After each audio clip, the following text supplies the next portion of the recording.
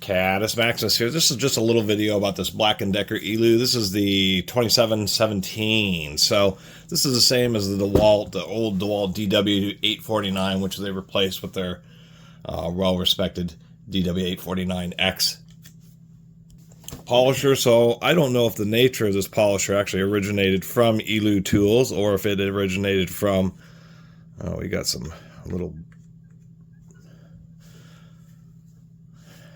this looks like polishing compound. I kind of thought it was drywall compound, but it's polishing compound. This thing actually had a pretty nice disc sanding support on it, so what I paid, it was worth it just for this accessory. Anyway, Elu Power Tools is a well-respected, an old line European power tool manufacturer that ended up diversifying like many power tool companies do, and they started making like aluminum stationary processing and shaping equipment as well as portable woodworking equipment. They didn't invent the router, but their first wood routers were introduced in the 1951, and so in Europe they're a pretty well respected old line tool company.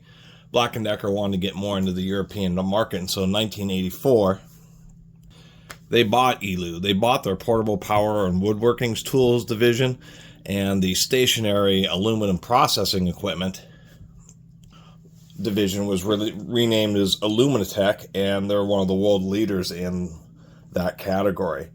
Black & Decker, as they reintroduced the DeWalt name in the 90s, took a bunch of the Elu tools and rebranded them as DeWalt's, and that's where a lot of the early DeWalt stuff came from. It's confusing to find out which tools were of Elu origin that were then branded Black & Decker and brought over to the United States, and which ones were Elu portable tools that stayed in Europe. And if you ever look at a lot of tool videos, you'll notice that there's some interesting like miter saws and stuff from DeWalt that never made it over to the United States, and those are all Elu designs. The routers were well respected, and those were sold worldwide in multiple voltages, or both voltages, 110 and 220. Hard to find. People really think they're super great. These are the only ones I've ever seen. I've only ever seen a couple of Elu routers, and people just wanted an arm and a leg, kind of like the old Porter Cable production routers. Wood routers are one of those tools where there's been a lot of really nice ones from a lot of different companies because they're just such a common power tool. A lot of different companies. Anyway, so I don't know if this is Black & Decker rebranded as an Elu or the other way around, but this is the DeWalt DW849. So this is the electronic variable speed, 8 amps, so 160 watts, a little more horsepower, and so one of the classic quality electronic sensor feedback, so constant speed or constant output polisher. Looks like a bunch of polishing compound here. The variable speed trigger still works.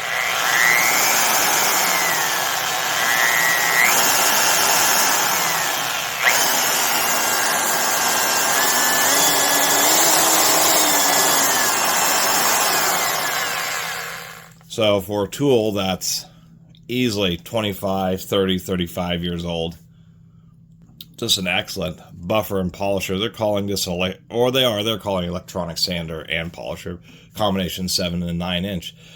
You'll recognize it for that kind of classic and the transition era to DeWalt, where it has the boxy frame, the big plus style brushes.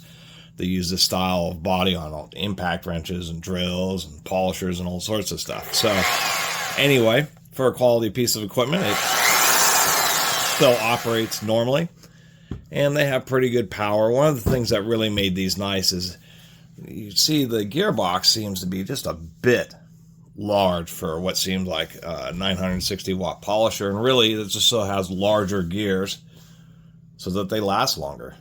There's just a bunch of surface area since polishers are in constant operation, and that's one of the things that made these really nice. One is a good electronic speed control, and two, just good long-lasting gears that can handle multi-hour sessions of polishing and sanding.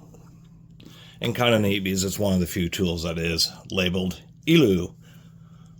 Love Elu tools. I think that was a great name, and if Black & Decker didn't go with DeWalt, they probably could have just done the whole DeWalt brand under Elu, and it would have been probably just as well respected, and maybe even more so in Europe, because Elu already had a history of making great routers since 1950s.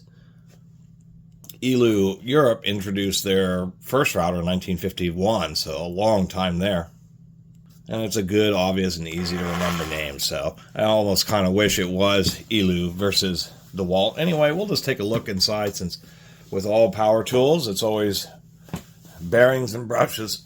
That's really what you learn when you deal with power tools and you need to service them. There's some electrical stuff, cords, switches, but things that you can know that you have to deal with, unless you're lucky, is brushes and bearings, especially ones at the back of the motor that really like to wear out quickly because they just don't have much of a grease reserve. Pulling out the brushes, they're actually pretty darn good. There's a little bit of discoloration, so this tool has definitely done some work, but still plenty of life. That's just, I'd say, normal operation. Normal looking brushes. Maybe had a hot supper or two. I suppose before we tear the handle down that I'm going to have to remove this top portion, which is just a bumper for you to set it down on. These screws can oftentimes, I found in both grinders and polishers, this is not too bad, but sometimes they just get a big buildup of grit, and the toughest screws I've removed have been in specifically this situation, these kind of bumper pads, and I have to use like little hand impact drivers. They tend to be torqued pretty tight because they're these little shoulder bolts, so they just screw down until they stop, and then you just torque the beans out of them, basically. Fortunately, these aren't too bad at all. And this little plastic piece kind of helps, or what it does is it kind of wraps around the lip here and here. Let me brush that off. Well, it appears this has never been opened up. Oh. Well, this is why you've got to service polishers. Definitely has been used for polishing. This is the #1 complaint of any brand of polisher. Apparently some of the Bosches do pretty well, modern ones. Maybe you can't quite see. There we go. Looks like we got a mouse. Whoops. God, I'm standing on the cord here. Looks like we got a mouse nest in there. No, that's just fibers that it's sucked through. And it's one of the things you really got to spend time. This is incredible how much fiber is actually built up inside this unit. And so what ends up happening is these fibers obviously block airflow, get caught up in the commutator and kind of bury themselves into the commutator and around the brushes. So you really got to, certain tools like sanders and polishers really have to be maintained. That was a lot of material in there. Not too complicated inside here, except for there's a speed controller. We actually have a potentiometer. We can do some adjustments. I guess that's I suspect it would be for the minimum speed. Really simple sensor, because there's a little magnet on the side of the motor. They're just these little fingers, and so the magnetism causes a little voltage to be generated in that coil. That's the feedback sensor, and what allows it to maintain its constant speed. We have a pad here for the controller. There's another pad in the handle for the trigger switch, a little boot over the trigger. So overall, it's the same unit as the DeWalt DW849. It just happens to be, once again, the Elu branded one, and they are built pretty nice. We even have like a little piece of aluminum here to act as a heatsink. But at least it's decent electronics. There was a lot of material in there blocking a significant amount of airflow. If somebody had continued to use this instead of selling it at the garage sale that I picked it up at, it would have eventually burned up. Would have had no choice once all that airflow had been blocked. So anyway, we're going to pop this out and take a look at the motor to see if it looks like. I mean, it runs just fine. No excessive sparking or any kind of weird smells. But once again, we'll have to take a look. Really want to check out that back bearing one, because those are the ones that always are giving tools trouble. Those are the ones that seize up and then spin in the plastic housings, and then that's actually I think the trigger switch is pretty irreplaceable in this one. unless you could find an old one, because it has a bunch of extra wires to go along with this special speed control. Those fibers find themselves everywhere, even in the little gap around the screw holes. There's those darn fibers. It's amazing. It's probably the biggest thing to keep in mind. With polishers, there's just one of those tools that you just regularly have to, if you use them all, it's just a certain amount of time, you know, probably every 10, 20 hours that you use them, you've got to take them apart and clean them out. It's just the nature of the beast. Field doesn't look too bad. It is a heavy epoxy, just completely epoxy coated field. It looks like it may have got a little bit hot there, although that could be just some texturing from, you know, the manufacturing process. Otherwise, it is a nice field. Stuff just likes to get packed all around there, so you got to clean that out. And sometimes these screws in the fields can get loose, and so you want to make sure that they are tight, because that's one of the #1 causes of rattling sounds in portable power tools. Is the field gets loose, and so when the AC wave goes through, it rattles around and vibrates some.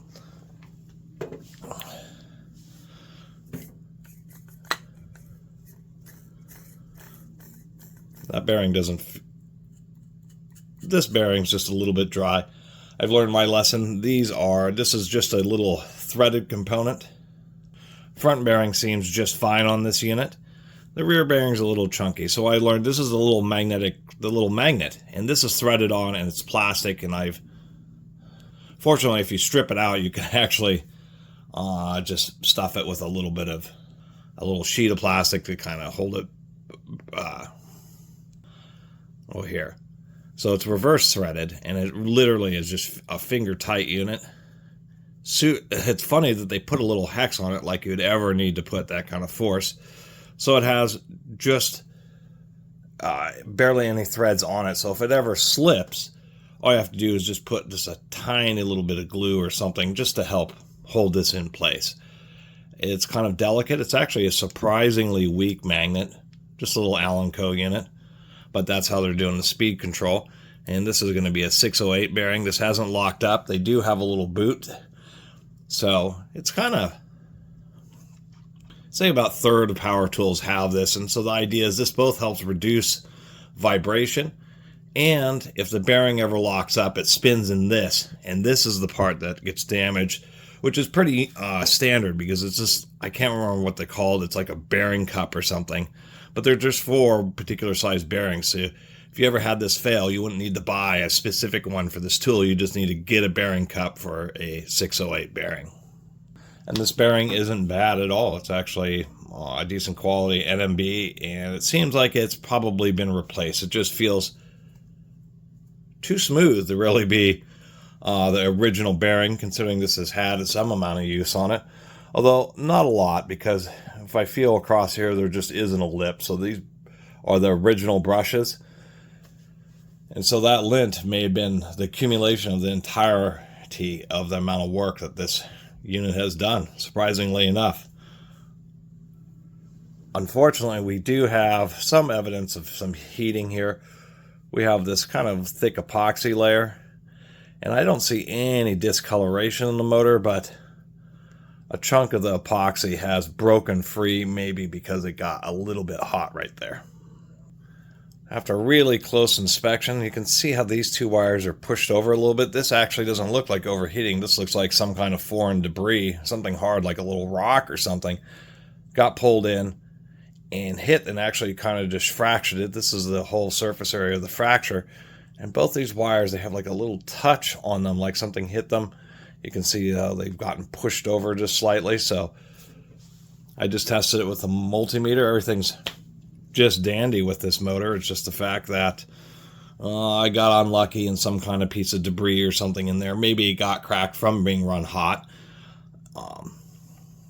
We know it got to a decent amount of temperature at one point just because of the way the brush wire is discolored.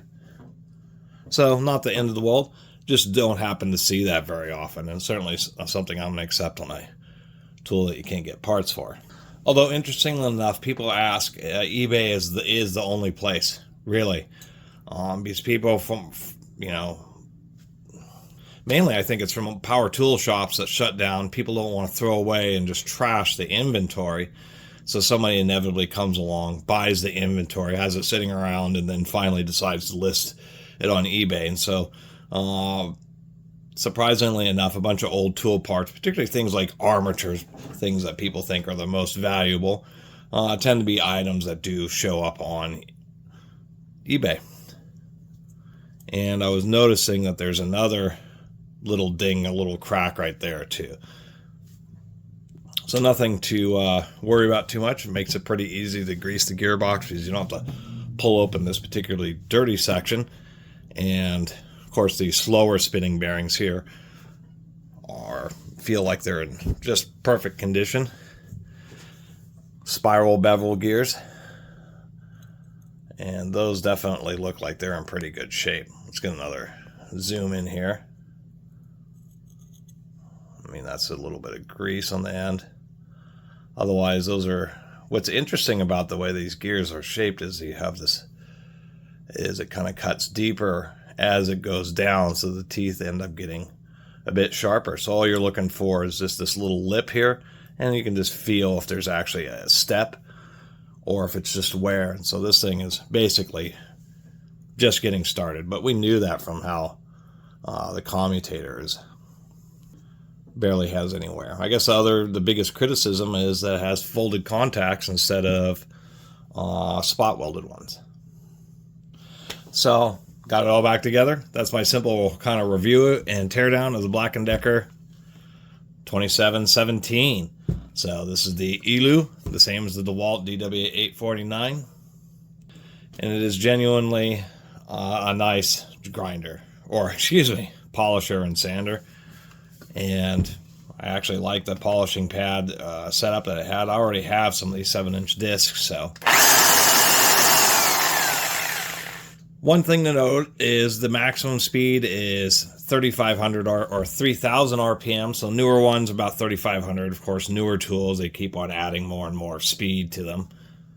Secondly, regardless of the speed control, electronic, sensored feedback, or otherwise, it only makes a difference when you're on the lower speed. If you're cranked all the way up to full power, it just delivers full power to the motor. There is no speed to vary. The electronics don't have anything to do. So it's only when you're in the lower speeds is where the whole electronic controls come from. And what is kind of sad is how many power tools that just have basic, like variable speed, reversible drills and stuff. Technically, they are electronic because there is a circuit in there to allow them to do variable speed. But it used to be when they put electronic on a tool, it meant that it had something like this, a whole feedback, constant output type of system. And what's interesting is the way this speed control works. Some are cheesy, where it's like just a basic limiter, and so you like pull the trigger to where it's almost full power and then it engages and runs at low speed. But since this is a sensor system, what it's doing is if I'm down here at the lowest, 1,500 RPM, and one of the reasons they don't go lower than that, I think, is just to make sure that the minimum speed is still enough for there to be enough air to get through the motor. When it comes to something like a sander or polisher, which is under a continuous and constant load, it's just too easy to burn it up if they allow it to go too slow. But it basically re-ratios. So when we're in the lowest speed, 0 to 1,500 RPM, that's what the trigger does, is now we have the full variable speed. And so if we're at the lowest speed, we can actually just really go super slowly here. Particularly if we're using this for buffing and polishing, we'll put some compound on the pad, and you don't want to have it all get flung off, so you can put it down at the low speed and just barely get the thing to rotate so you can get some of the product to apply, and then go to the full speed. Where if we go all the way up to high, now that of course the range of the trigger, actually it's still a pretty good low speed control. Goes all the way up to high. So anyway, pretty nice sander and polishers. It's not easy to find these truly nice electronic ones, and the big players were Black & Decker. Milwaukee had some. I hardly ever run into them. I mean, I've now run into a Black & Decker, an old DeWalt, and a newer DeWalt, and never seen a Milwaukee. I actually recently got a Makita. So those are the two brands I know, and even today, surprisingly enough, it's the same way. When people get into debates on what's the best corded polishers, it's the DeWalt, the Makita, like a Metabo, and one or two other brands, and those are like the 5 options worldwide for the best of corded polishers. And also, an area of power tools are going to be hard pressed to have cordless, just because you have to carry around a bunch of extra weight of the batteries, which isn't dedicated to making the tool more robust and longer lasting. And secondly, because these are constant use, constant output type tools, so they suck down batteries fast. You can have a massive battery, but think about, I mean, the biggest batteries are like these 20 volt by 12 amp hour.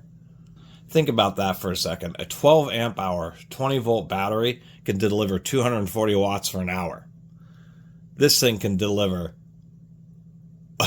960 watts all day long. So you can do the math. To get the same output that this is truly putting out, even a giant battery, you know, only would last you 15 minutes or something like that. Biggest criticism, there's no flats on this stem, so these things do get jammed, and you're entirely relying on this lock button, which is unfortunate. If something gets jammed super hard, I mean, it's going to be good luck. You got to figure out the way to get these screws out so you can pull this all out, pull the whole gear out, and vise the gear in order to remove whatever accessory is stuck. Would have kind of liked to have seen 2 flats, just so you're not putting a lot of stress on that pin. But once again, it's not a grinder.